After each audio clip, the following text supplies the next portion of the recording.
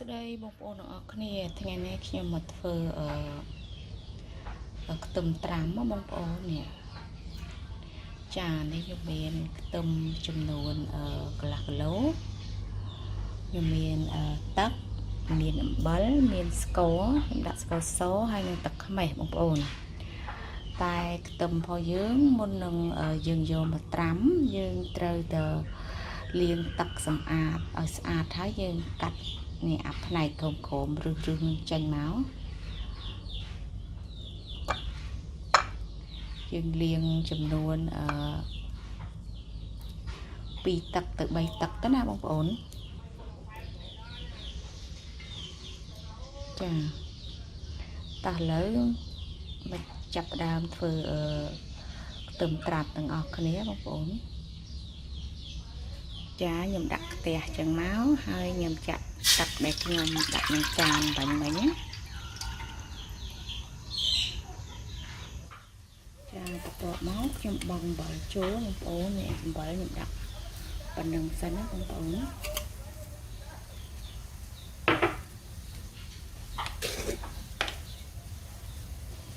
បន្ទាប់មកស្កររបស់យើង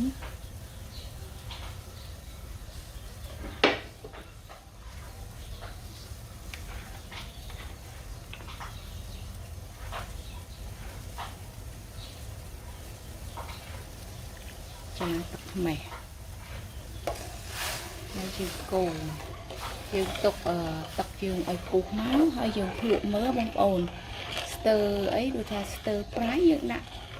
ថែមអំបិលទៅបើស្ទើផ្អែមយើងថែមស្ករទៅបើស្ទើទឹកខ្មេះយើងថែមទឹកខ្មេះទៀតទៅណាបងប្អូនស្រួលទេធ្វើខ្ទឹមត្រាំនេះស្រួលទេបងប្អូនចាឥឡូវទឹកដែលយើងខ្ទឹមជ្រក់របស់យើងនេះឥឡូវយើងនឹងភ្លក់មើលបងប្អូន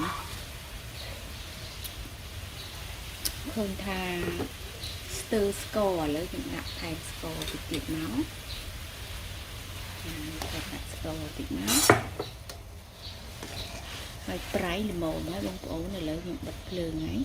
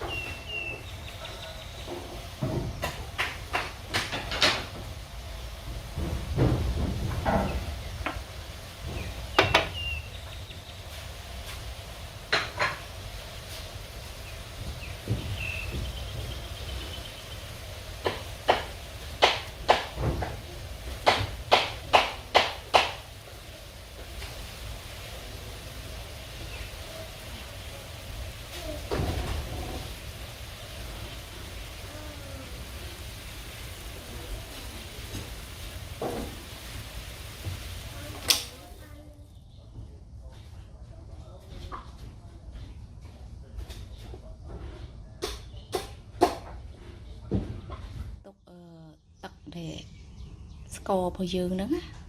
để dân thơm bánh bánh tục ấy rương cho cầm đào tỉnh máu hay dân niệm mà riệp tôm vinh mà đòn bộ tôm dân miền cái lò cào trong mùi máu hay ở xa đó bông bồn ở một tắc ấy dân liền ở một tắc máu tọa máu dân vô tôm hồi giờ nó vô mà đạ vô mà riệp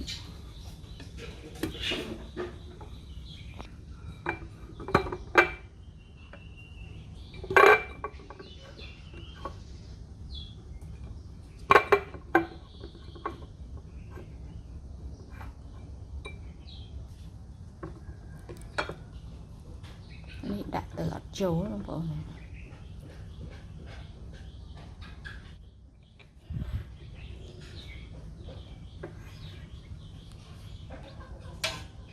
tọa máu này dân đua tập để score để dân thơm bánh mình nhé dân vô mà đặt tram tôm nâng máu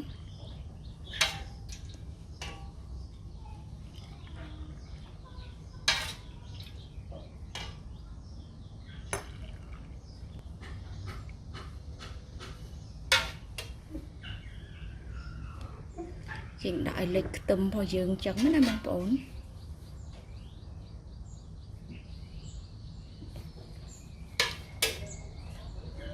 tọa máy dùng cơm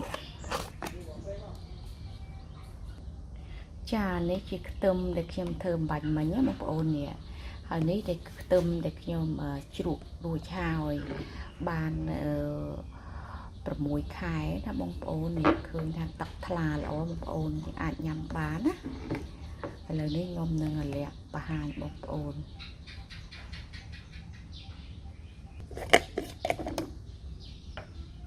ก่อนดับบากลอมาทุ่มลงช่วยบางโอนเอาตักยังกระหอมชาบางโอนเนี่ยใครรู้จิตงานเนี่ยนะบางโอนsạch tôm vô lòng xuôi